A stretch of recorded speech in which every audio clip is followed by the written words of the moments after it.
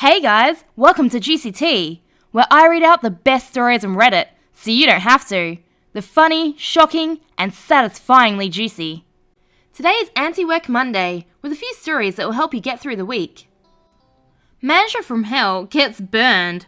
Our first story comes from the pettyrevenge subreddit, posted by Accomplished Fig. Years ago, I worked in human services, assisting adults with developmental disabilities in a residential environment. I'd done the job for about 8 years, moving 2 or 3 times during that period to assist in different households. It was a great company to work for, and everyone was easy to get along with, until Cheryl. Cheryl had been the manager of a couple of houses before she took over ours. She had a terrible reputation of being a raging bitch to everyone who worked under her. But I was determined to give her the benefit of the doubt and not judge her until I saw for myself. I quickly saw for myself. She would give the most ridiculous assignments and rage at people for the slightest thing. We had a staff communication log that every day was filled with pages of all caps, 3-line high complaints and insults, and even threats of firing, underlined 3 times with a dozen explanation points. The company started cracking down and insisting that the managers did more direct hours. The final straw for me was that she'd just hired 2 part-time young workers, and instead of taking hours away from the 2 newbies, she decided to cut 2/3 of my hours. I'd been there for 9 years at this point, and take them for herself. I brought this up to her, and she basically just said, "I'm the boss and there's nothing you can do about it." Well, there actually was something I could do about it. Every year, all of the staff in each house were required to fill in a manager evaluation. In previous years, everyone was too afraid to say what was really going on because after we filled out our evaluations, they were left on her desk to be delivered to the boss. Even without us signing, she could tell by the handwriting who was saying what. So, I made a deal with all of the staff. I told them to fill out their evaluations truthfully and not hand them in to her. I said I'd deliver them directly to her boss. I also made photocopies of about a dozen pages in the logbook with her ranting like a 2-year-old, threatening to fire us all at the drop of a hat on multiple occasions for the most ridiculous reasons. I also made photocopies of the timesheets for the 2 months leading up to and 1 month after she cut all of my hours so that she could take them. I took all of this documentation and brought them into the boss's office. The boss was actually on vacation at the time, so I gave them to the temporary boss. He said he'd hold off on dealing with it so that the actual boss could deal with her directly. From what I understand, the day the boss came back, she called Cheryl into her office and asked how things had been going. Cheryl, of course, laid out complete BS about how everything was going smoothly and everyone was happy. It was at this point where the boss pulled out all of the paperwork and asked for an explanation. Less than half an hour after that meeting, I got a call from Cheryl, apologising and promising that I'd get all of my hours back. After a couple more months, I moved again to a different location. These moves weren't in any way disciplinary, it was just the normal operations for the agency. 3 months into that placement, and I was made assistant manager of the house. 2 weeks after that happened, Cheryl lost her position as house manager and was demoted to a normal residential worker. I was her boss. The title must fit. Our next post is from the MaliciousCompliance subreddit, posted by Jojo the Kitty 4. So, I started here at the company about 2 years ago. I was just a lackey, pulling decent hours doing manual labour and helping keep the pace on our receiving end, and got quite close and friendly with that bunch of guys. We drove forklifts, lifting heavy things into storage bins and crates. Pretty easy, but also tasking labour. About 3 months in, I'm dragged into a meeting with my boss, his boss, and his boss's boss. They asked if I'd like to learn more and have the opportunity to grow within the company. I know that's corporate jargon for growth and more money, so obviously I said yes. Over the next 2 months, I was trained on every lift and operable machine we use. Another month after that, and I was offered a promotion to the next pay grade and given a massive raise on top of it. Another month passes, and I'm finally taken from the department where I started and moved to an easier but faster moving one. Again, I did my absolute best there and put in hella hours to show my gratitude for the opportunity. We get caught up and stay caught up while I'm at the helm of this department, and all of my bosses are grinding ear to ear looking at my work. I feel like I'm doing well, and they eventually ask me to take another promotion and a pay grade bump for a different, more demanding title, the one I'm currently at. At first, getting the hang of the timing and pace was very difficult. I was behind constantly and never able to clear my work out completely.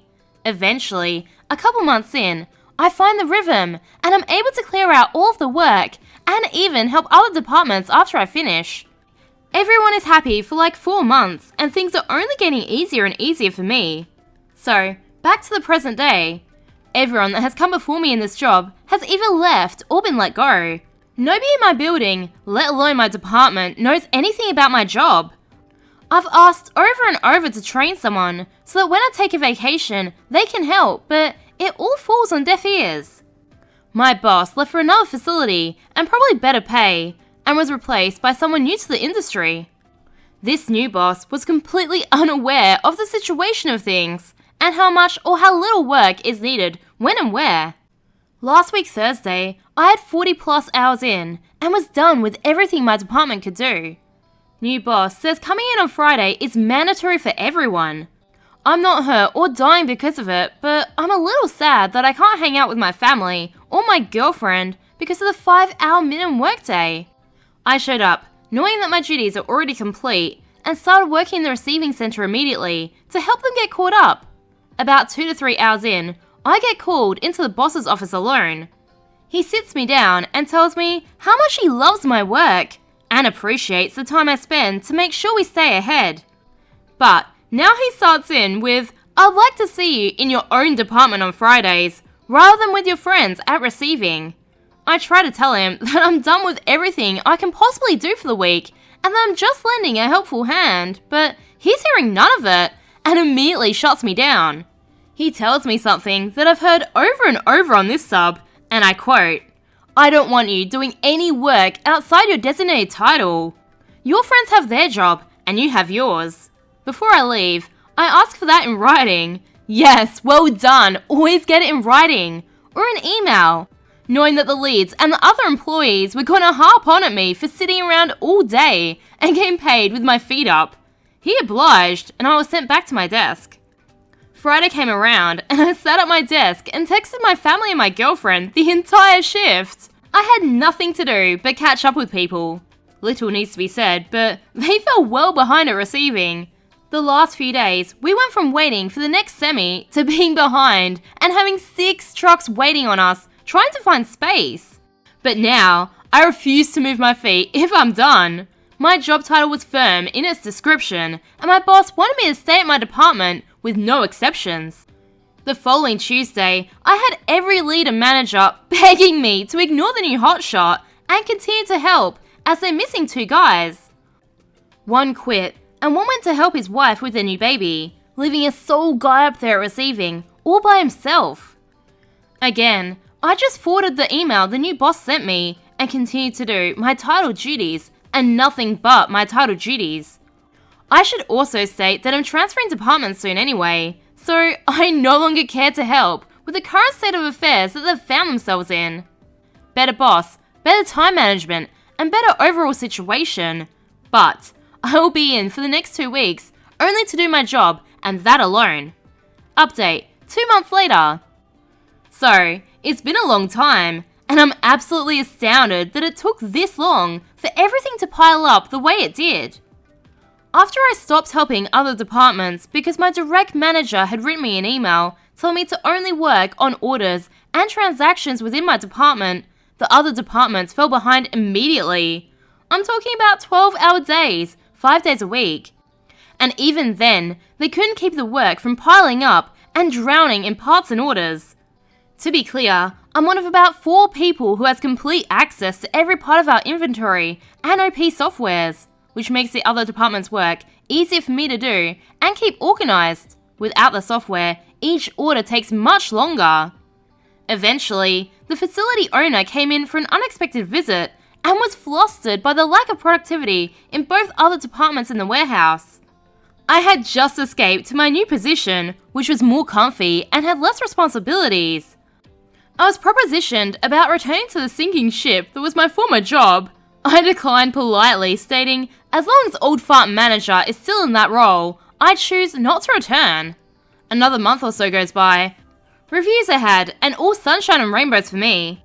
I even got the support role with my new manager, being his exclusive intelligence into the inventory software that no one before me knew how to use, or how to complete OP stages or transfers.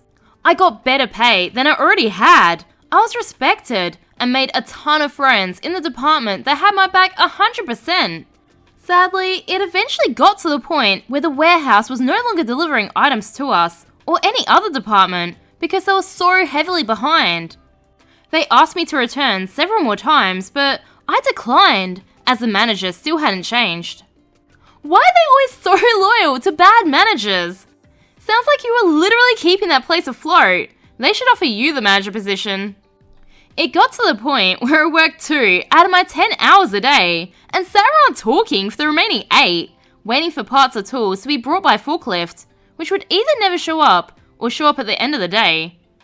Then, last Monday, I was called into a meeting, along with all the other people who had access to the inventory system and had been at this company for a while.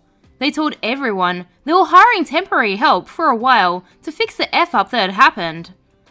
They also explained the manager I had problems with had decided to resign, and they were going to fill his spot from within because they wanted someone that was intimate with the information. They hired a guy that I thought should have been the manager from the start. He made leaps and bounds in the warehouse and caught up within a week of being in the new position. Things were finally looking up. Then he called me into a meeting and asked me to return to the warehouse at double my current pay, and I'd be doing the same thing, but for the whole building. Awesome. Unlike the other manager, he knows how valuable you are. I would have a lot more on my plate, but I would always be busy, and work would feed itself to me through our software. I would work based on the orders fed directly to me.